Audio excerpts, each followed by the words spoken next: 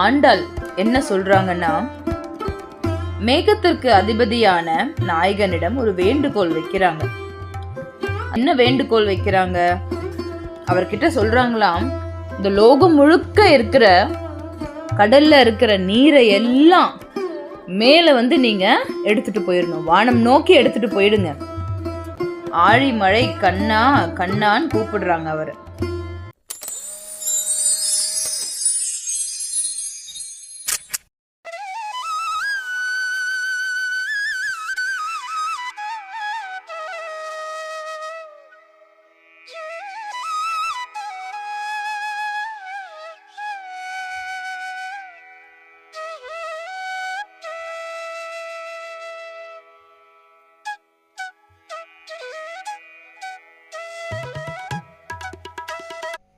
வணக்கம் my dear நண்பா நண்பீஸ், நான் உங்களில் ஒருவள் ஜேகே கிரியேட்டிவிட்டியின் மார்கழி உற்சவ் நாள் 4.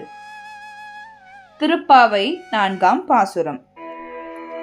ஆழிமழை கண்ணா ஒன்று நீ கை கரவேல் ஆழியுள் புக்கு முகது கோடார் தேரி ஊழி முதல்வன் உருவம் பொல்மை கருத்து பாழியன் தோளுடை பற்பனாபன் கையில் ஆழை போல் மின்னி வல்லம்புரி போல் நின்றதிர்த்து தாழாதே சர்க்கம் உதைத்த சரமழை போல் வாழ உலகினில் வெய்திடாய் நாங்களும் மார்கழி நீராட மகிழ்ந்தேலோரெம்பவாய்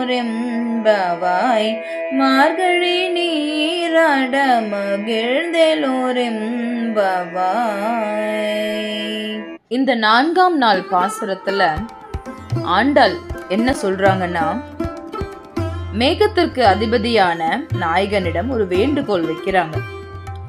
அந்த மேக அதிபதியான அந்த கடவுள்கிட்ட செல்லமா அவரை அழைக்கிறாங்க. எப்படி?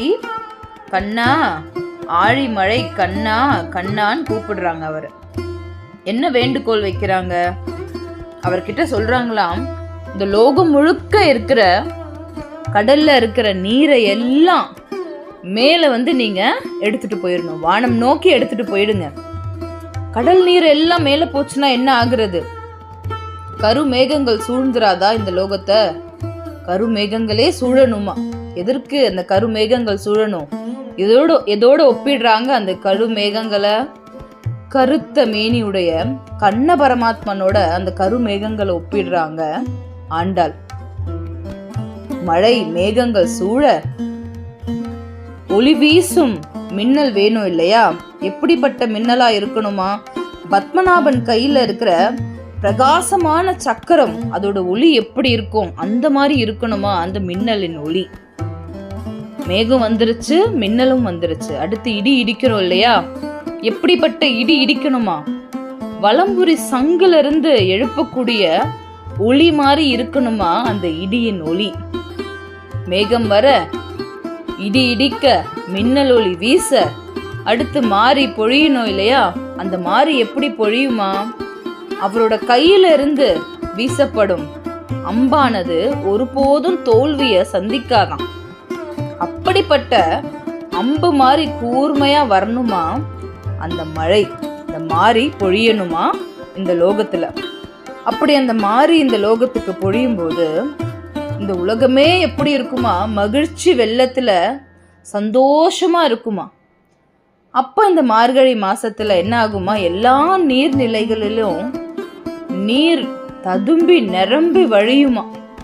அந்த நீர்நிலைகளை ஆண்டாளின் தோழியான ஆயர்குல பெண்கள் எல்லாரும் போய் நீராடி அந்த பத்மநாபனை போய் வணங்குவாங்களாம்.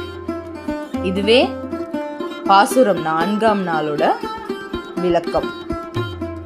நாளைக்கு ஜேகே கிரியேட்டிவிட்டியில நாள் 5க்குரிய பாடலும் விளக்கமும் கேட்போம். ஓம் நமோ நாராயணாய நமக. ஆண்டாள் திருவடிகளே சரணம் சரணம். தன்யவாத். நான் உங்களின் ஒருவள் ஜேகே.